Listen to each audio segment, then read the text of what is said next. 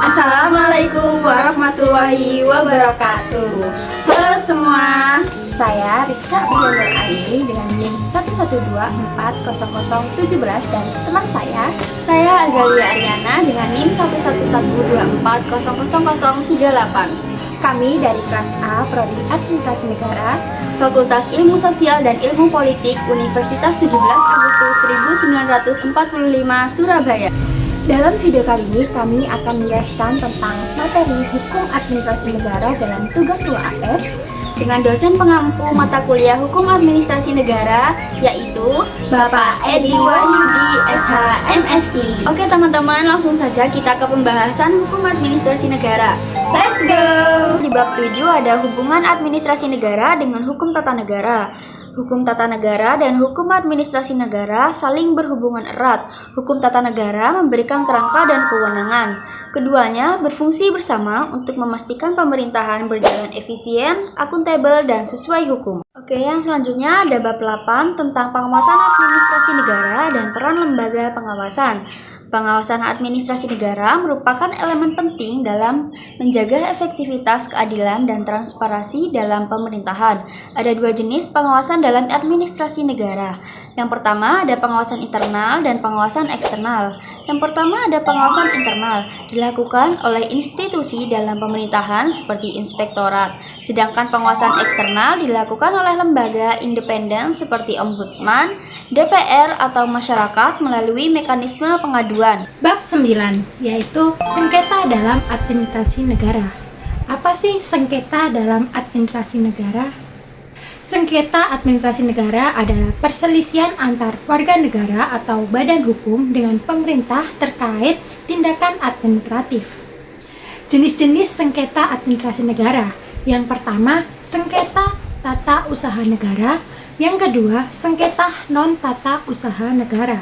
Proses penyelesaian sengketa administrasi negara yaitu melalui jalur administrasi pengaduan internal, kemudian tingkat banding, kemudian PT-UN. Dan lembaga yang berwenang untuk menyelesaikan sengketa administrasi negara yaitu PT-UN dan Ombudsman. Penyelesaian sengketa administrasi negara adalah tindakan mekanisme yang sangat penting untuk menjaga keadilan bagi seluruh warga negara yang dirugikan oleh tindakan pemerintah. Bab 10 yaitu tanggung jawab pemerintah dan pegawai negeri sipil dalam hukum. Tanggung jawab pemerintah yaitu kewajiban pemerintah untuk melaksanakan tugas administratif. Dan tanggung jawab PNS yaitu melaksanakan tugas sesuai dengan hukum, etika, dan norma yang berlaku. Tanggung jawab pemerintah dan PNS adalah pilar penting dalam hukum administrasi negara dan pengawasan yang efektif untuk memastikan pemerintahan yang bersih dan akuntabel. Oke, di bab 11 ada implementasi hukum administrasi negara dalam kebijakan publik. Implementasi adalah proses penerapan hukum administrasi negara dalam pembuatan dan pelaksanaan kebijakan publik. Tahapan implementasi kebijakan publik ada 3 tahap, yaitu yang pertama yaitu perumusan kebijakan, kemudian pelaksanaan kebijakan, dan pengawasan kebijakan. Kemudian prinsip-prinsip dalam implementasi hukum administrasi negara yaitu prinsip legalitas, akuntabilitas, dan transparansi. Oke, yang selanjutnya ada regulasi. Dalam hukum administrasi negara ada beberapa regulasi atau peraturan penting terkait hukum administrasi negara di Indonesia. Antara lain yang pertama ada UU nomor 30 tahun 2014 tentang administrasi pemerintahan. UU ini mengatur bagaimana administrasi negara harus dilakukan oleh pejabat pemerintahan.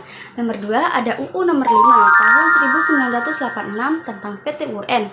UU ini mengatur mengenai peradilan tata usaha negara yang menangani sengketa yang timbul akibat tindakan pejabat. Yang nomor 3 ada peraturan Ombudsman. Indonesia yang memiliki tugas untuk mengawasi penyelenggaraan administrasi negara dan memberikan perlindungan ke masyarakat. Secara umum, mekanisme pemungutan PPN di Indonesia menggunakan sistem withholding tax, sehingga PPN yang terutang atas suatu transaksi tidak dipungut langsung oleh DJP atau disetorkan sendiri, melainkan dipungut oleh pelaku usaha yang melakukan penjualan barang atau jasa. Pemungutan PPN ini dilakukan dengan menambahkan jumlah PPN ke dalam harga jual barang atau jasa yang telah ditetapkan oleh penjual. Untuk melakukan pemungutan PPN, penjual harus terlebih dahulu dikukuhkan menjadi pengusaha kena pajak atau PKP. PPN yang diterapkan pada transaksi properti dapat meningkatkan harga jual yang dibayar oleh pembeli. Ini karena PPN adalah pajak yang ditambahkan pada nilai transaksi properti. Penjual biasanya akan memungut PPN dari pembeli, dan jumlah ini akan ditambahkan pada harga jual properti. Pengenaan PPN memiliki dampak yang luas, baik bagi pengembang, pembeli, maupun pasar properti secara keseluruhan. Meskipun PPN dapat meningkatkan harga jual properti dan mengurangi daya beli, pembeli harus menyesuaikan strategi mereka untuk menghadapinya. Berikut adalah gambaran umum bagaimana PPN diterapkan di Indonesia. Sejauh ini terutama dalam konteks sektor properti. 1. Penjualan properti baru.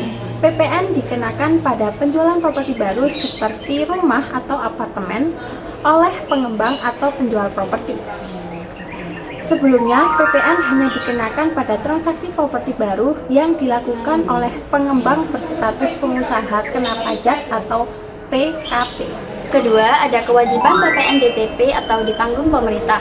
Pemerintah Indonesia memberikan fasilitas PPN ditanggung pemerintah atau DTP untuk pembelian rumah pertama dengan harga tertentu. Misalnya, rumah dengan harga di bawah 2 miliar.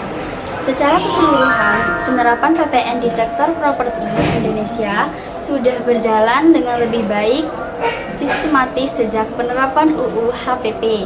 Namun masih ada tantangan dalam hal administrasi dan pengawasan. Pemerintahan akan terus berusaha untuk meningkatkan efektivitas pengenaan pajak ini. Analisis tentang relevansi materi hukum administrasi negara dengan praktik hukum administrasi negara saat ini. Materi hukum administrasi negara memiliki relevansi yang sangat besar dalam praktik administrasi negara saat ini. Dalam era yang semakin kompleks ini, di mana teknologi berkembang pesat. Hukum administrasi negara berfungsi sebagai landasan hukum untuk memastikan setiap keputusan administratif pemerintahan tetap dalam koridor hukum dan yang sah dan dapat dipertanggungjawabkan. Demikian penjelasan kami mengenai materi hukum administrasi negara. Semoga bermanfaat dan mohon maaf apabila ada salah kata. Wassalamualaikum warahmatullahi wabarakatuh. Bye-bye.